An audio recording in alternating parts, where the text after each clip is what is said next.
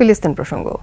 Gaza Israeli আগ্রাসনের এক বছরে ব্যাপক হতাহত ধ্বংসযজ্ঞের পরও হামলা অব্যাহত রাখার ঘোষণা দিয়েছেন নেতানিয়াহু। নতুন করে লেবানন ও উত্তর গাজায় হামলা আরও জোরদার করেছে ইসরায়েলি বাহিনী। ইসরায়েলি প্রতিরক্ষা বাহিনী আইডিএফ বলছে নতুন ধাপে পৌঁছেছে যুদ্ধ। পাল্টা হামলা অব্যাহত রেখেছে হামাস ও হিজবুল্লাহ। রিপোর্ট দুলি মল্লিকের। লেবাননের রাজধানী বৈরুতের আশপাশে এলাকায় রাতভর এমন হামলা চালায় ইসরায়েলি বাহিনী।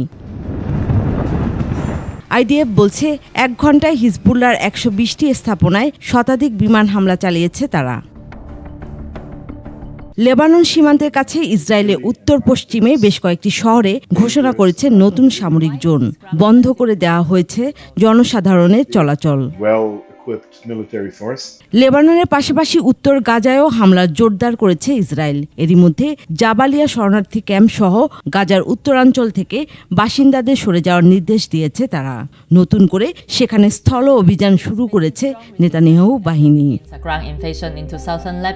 ইসরায়েলি হামলায় ২৪ ঘন্টায় গাজায় নিহত হয়েছে ৩৯ ফিলিস্তিনি। লেবাননেও বাড়ছে হতাহতের সংখ্যা। এদিকে পাল্টা রকেট হামলা চালাচ্ছে হামাস ও হিজবুল্লাহ। সোমবার ইসরায়েলের উত্তরাঞ্চল লক্ষ্য করে ১৯০টি রকেট হামলা চালায় হিজবুল্লাহ। তেল আবিবের কাছে একটি সামরিক গোয়েন্দা ঘাঁটিতেও হামলার দাবি করেছে তারা। সানবিট সব দিবে সামাল। সানবিট ম্যাজিক প্রেস ডিশওয়াশিং এর মাথা ঘোরানো সলিউশন। এছাড়া ইয়েমেনের হুতি বিদ্রোহীরা মধ্য ইসরায়েল লক্ষ্য করে ক্ষেপণাস্ত্র নিক্ষেপ করেছে।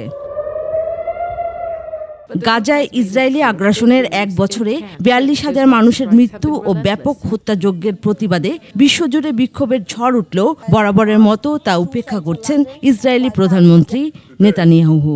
জাতির উদ্দেশ্যে দেয়া ভিডিও বার্তায় হামলা অব্যাহত রাখার ঘোষণা দিয়েছেন তিনি। দুলি মল্লিক, ডেস্ক রিপোর্ট, ২১ টেলিভিশন।